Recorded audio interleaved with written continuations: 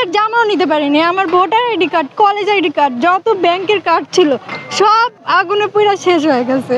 যা ছিল আমাদের শেষ সম্বলটুকু এই আগুনে পুড়ে শেষ হয়ে গেছে। খালি আমরা হাত পা নিয়ে কোনো রকম গরুগুলা জাস্ট বাঁচাইতে পারছি। অনেকে গেছে ভার্সিটি থেকে সাহায্য নেওয়ার জন্য, পানি দেওয়ার জন্য, কিন্তু ভার্সিটির কোনো লোক কোনো সাহায্য করে নাই। সবকিছু পুড়ে যাওয়ার পরে আসছে ফায়ার সার্ভিসের গাড়ি। প্লাস আমাদের আরো ঘরে অনেক টাকা পয়সা ছিল, তাও 1-1.5 লাখ টাকার মতো টাকা পয়সা ছিল, কিছু স্বর্ণকন্যা ছিল। আমার বাবা মা তো অত বেশি আয় করে না, নিম্ন আয়ের মানুষ। এই অনেক কষ্ট করে এগুলো আমাদের সম্পদ ছিল। যা ছিল আমাদের শেষ সম্বলটুকু এই আগুনে পুড়ে শেষ হয়ে গেছে। খালি আমরা হাত পা নিয়ে কোনো রকম গরুগুলা জাস্ট বাঁচাইতে পারছি। তাছাড়া কিচ্ছু আমরা নিয়ে যাইতে পারি নাই।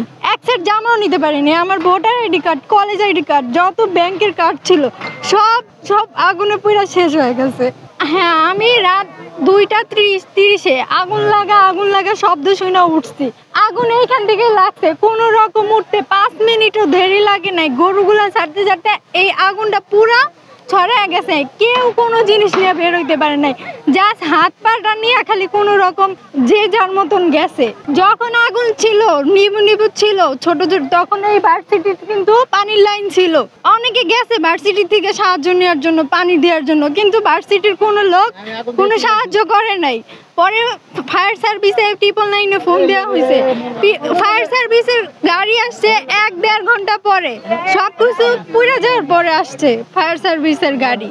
আসার পরে তারপরে সেনাবাহিনী আসার পরে কলেজের তখন গেছে। তারপরে কলেজের ভার্সিটির ওনারা পানি দিছে।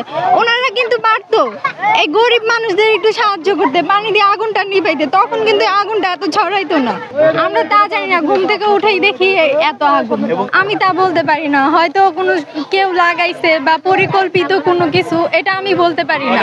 হ্যাঁ, এইখানে ছিল ফাইবারের একটা ছিল, গোডাউন ছিল, ওই যে আপনারা দেখতেছেন, ওইখান থেকে হয়তো লাগতে পারে কোনো এক কারণে, ওইটা আমি জানি না।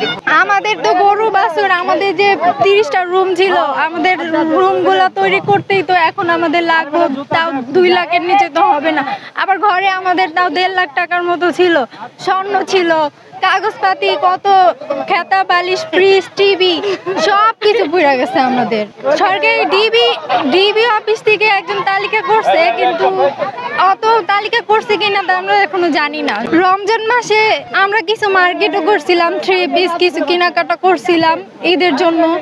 ঈদের সামনে দাম বেড়ে যায়, এই জন্য অগ্রিম কিছু কিনা রাখছিলাম যাতে আমাদের খরচটা কমে, কিন্তু আমাদের তো সেটা হইল না। আমাদের যেটা আশা করছিলাম আমাদের একবারই সবকিছু শেষ হয়ে গেল। আমরা 5 ভাই বোন, সবারই একই অবস্থা। ওই যে আমার আম্মু ওইখানে বসে কাঁদতেছে, ওরা আমাদের ছাগল, হাঁস, মুরগি সব মারা গেছে। এখন আমরা কোথায় থাকবো? আমাদের এখন জায়গা নেই, এইখানেই থাকতে হবে। কোথায় থাকবো আমরা?